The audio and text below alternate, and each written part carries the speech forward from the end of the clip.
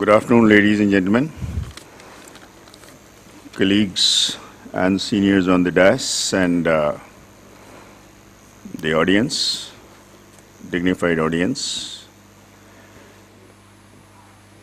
Mr. Taneja would have chaired and initiated the discussion, but since he's not there, so I initiate the process.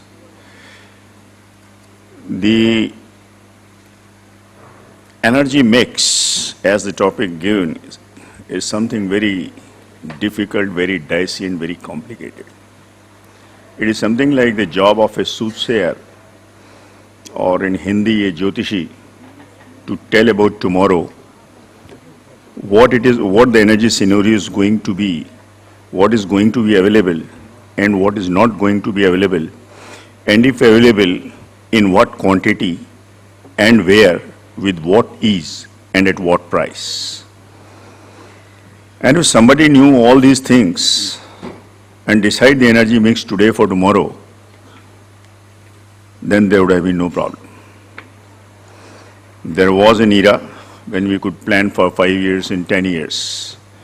But if we look back, just last 10 years, and then within last 10 years, the last 5 years, we find there is such a dramatic change in the energy scenario, both on supply side as well as on demand side. Demand can change within 6 months, within 1 year. The government decides to increase the expenditure, increase the budget deficit, and there is a spurt in demand for energy. It could be due to urbanization, it could be increase in income, it could be increase in industrial growth, it could be increase in exports, which of course all take time, but the government expenditure doesn't take time. It boosts the demand over a very short period. But supply of energy is very highly complicated, because except for the solar power and the wind turbine, no energy supply source can boost supply within a short period and with low capital. This is a highly capital intensive industry, highly input deterministic and output probabilistic. You take an investment decision today and you may get the return, say, 5 years, 7 years, 10 years, 15 years down the line if it is oil and gas. It can be 5 years, 3 to 5 years if it is coal. It can be about 7 years if it is renewable from hydro. So the supply is a very ticklish issue in case of energy. And in between that, there could be a geopolitical problem which throws all your planning haywire. There could be a technological disruption which again can throw away your energy mix planning. And on the top of it, there could be certain side effects. If you recall, a few years back, there was a lot of emphasis on ethanol, mixing of ethanol in fuel. A lot of corn in America was diverted for the biofuel.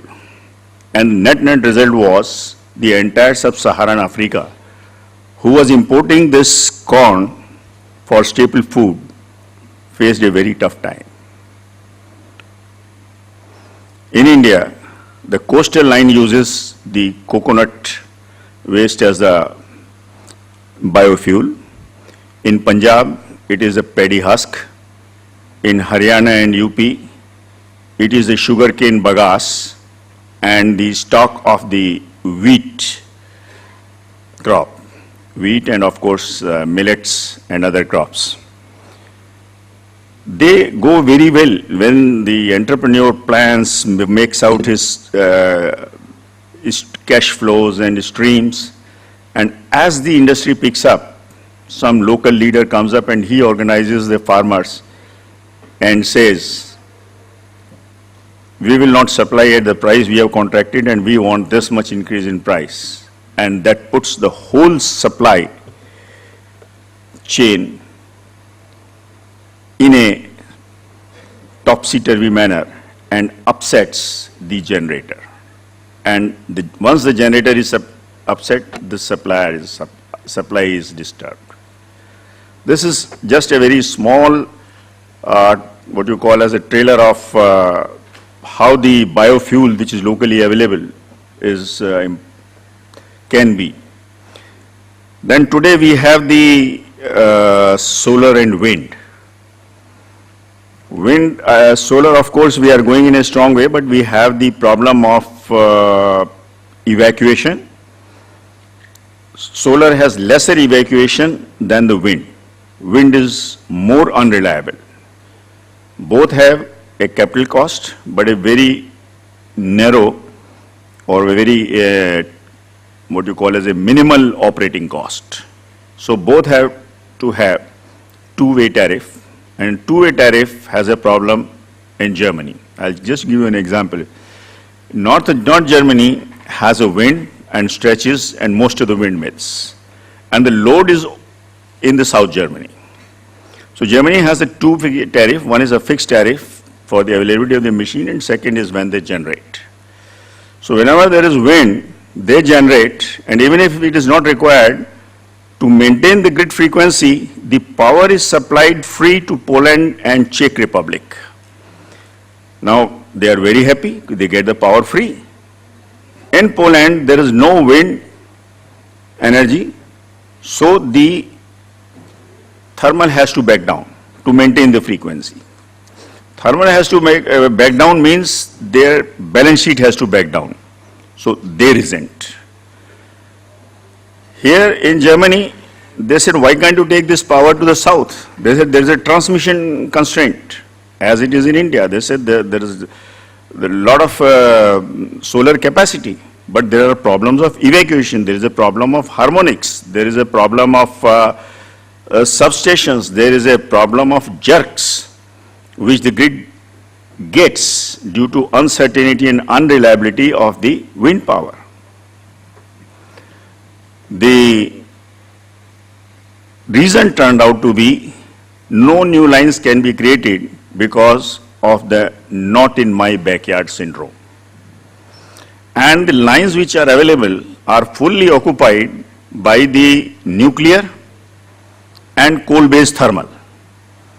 And they don't vacate, and no new lines don't come. With the result, the tariff had to be reduced. In China, they have reduced the tariff by 15% this year, and it will be 29% in 2018. Just because of this, they said enough, the prices of panels have come substantially down, therefore there is a need to reduce the prices. Now, in such a volatile environment where you can't visualize even 2 years ahead, what energy mix you plan? Yes, at global level you can plan. At regional level, say Asia, Europe, you can plan. But what is required is, for a country like India, it is required at state level, at regional level, at the country level. With this, I feel this is going to be one of the most ticklish job as far as I have understood it. And it requires a dynamic, interactive, econometric model which can take into account roughly 1,600 parameters on a real-time basis. Only then it leads us somewhere.